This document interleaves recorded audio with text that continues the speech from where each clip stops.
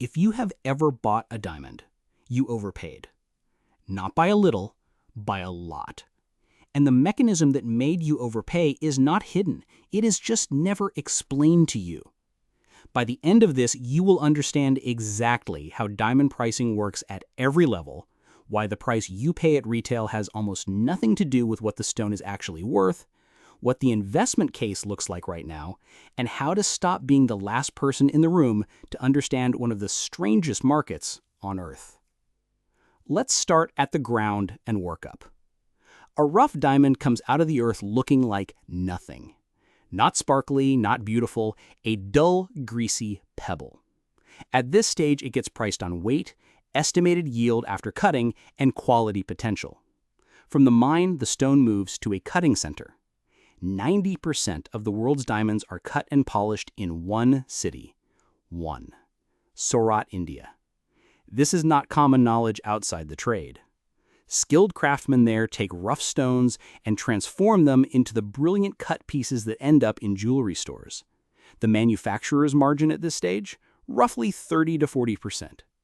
Then wholesale. Diamond wholesalers run on 1 to 15% margins, averaging around 5. Thin margins, high volume, fast movement. Then retail.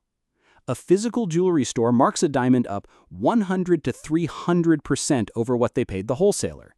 Not over production cost, over wholesale. Standard retail has historically been called keystone, doubling the wholesale price. Premium brands go higher. A stone the retailer paid $1,000 for becomes $2,000 at a standard jeweler, $3,000 to $4,000 at a luxury chain, and potentially more at a flagship boutique where half the price is the box it comes in. There is a price list that the entire professional diamond trade uses as its benchmark. It has existed since 1978, published every Friday. It shows the wholesale asking price for every combination of carat, color, and clarity grade. It is not available to retail consumers. Professionals trade at discounts to this list. Retail customers pay premiums above it, sometimes well above. If you want to know whether the price you are being offered is reasonable, ask the jeweler one question. What percentage of the Rappaport list is this stone priced at? If they look confused or refuse to answer, you now know exactly where you are standing. The smartest way to buy a diamond for jewelry is not from a physical store. Online retailers operate on significantly lower overhead and typically sell within 10 to 20% of wholesale. For any diamond above 1 carat, the difference between buying online from a reputable vendor with independent certification versus a mall jewelry store is frequently $2,000 to $3,000 for an equivalent stone. The certification matters enormously. A stone graded by the Gemological Institute of America trades on a universal standard. A stone graded by a lesser-known lab with looser standards is worth less, regardless of what the certificate says. Same-looking stone, same-looking paper, completely different market value. This is one of the most common sources of overpayment at retail. Now the investment question, and this is where it gets genuinely interesting. A standard round white diamond is not an investment. The moment you walk out of the store, the stone is worth 40 to 50% of what you just paid. Not eventually, immediately. Because retail price includes the store's margin, the marketing budget, the branding, and the manufactured perception of value, none of which transfer when you become the seller. The secondary market for white diamonds is illiquid. No exchange, no public market, no easy conversion back to cash. Resale channels exist, but they offer wholesale prices for what you paid retail for. The math is brutal. But there is a version of diamonds that behaves completely differently. Fancy colored diamonds, natural pink, blue, red, green, are genuinely rare. Not artificially rare, actually rare. They occur as accidents of chemistry during formation, trace elements that produce color.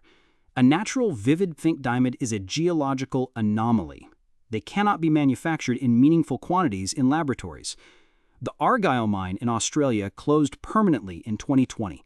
That mine alone produced 90% of the world's pink diamond supply. The closure was a permanent inflection point. In the years since, certified pink diamonds have appreciated 20 to 30% annually. The 15-year cumulative return on investment-grade Argyle pinks is in the range of 300 to 400%, depending on color intensity. Blue diamonds have appreciated substantially as well, driven by similar dynamics of fixed supply and growing collector demand from Asia and the Middle East. These are not consumer products. They are collector assets that happen to be stones. But there is an even more interesting angle that almost nobody discusses. Stones that are genuinely rarer than white diamonds and priced as though they are not. Rubies, sapphires, emeralds. An investment-grade ruby from Myanmar, untreated, with strong natural color, properly certified, is rarer than any equivalent white diamond. Supply has been declining for decades. Unheated sapphires from Kashmir have shown 10 to 20% annual appreciation in recent years. These stones are evaluated differently from diamonds. There is no universal grading scale, which creates an information gap. Most retail buyers do not know what they are looking at, which means the knowledgeable buyer consistently finds better value. The market for colored stones is also far less affected by the disruption that is currently collapsing white diamond values. You can grow a chemically identical white diamond in a reactor in 3 weeks. You cannot grow a Kashmir sapphire or a Burmese ruby with the geological history that makes the natural stone valuable to collectors. Now, the current moment in the market. Natural white diamond prices have fallen hard from their peak. A 1-carat natural diamond that cost around $6,000 in 2021 costs around $4,200 in 2025. Prices are continuing to fall as lab-grown alternatives capture more of the engagement ring market. Lab-grown diamonds now represent over 60% of engagement ring purchases in the United States. Their prices have fallen 74% since 2020. A 1-carat lab-grown stone costs approximately $750 to $1,000 in 2026. This creates a strange market moment. For consumers buying jewelry, it has never been a better time to buy a large, beautiful stone for significantly less than it cost 4 years ago. You are buying real assets at a fraction of their recent peak.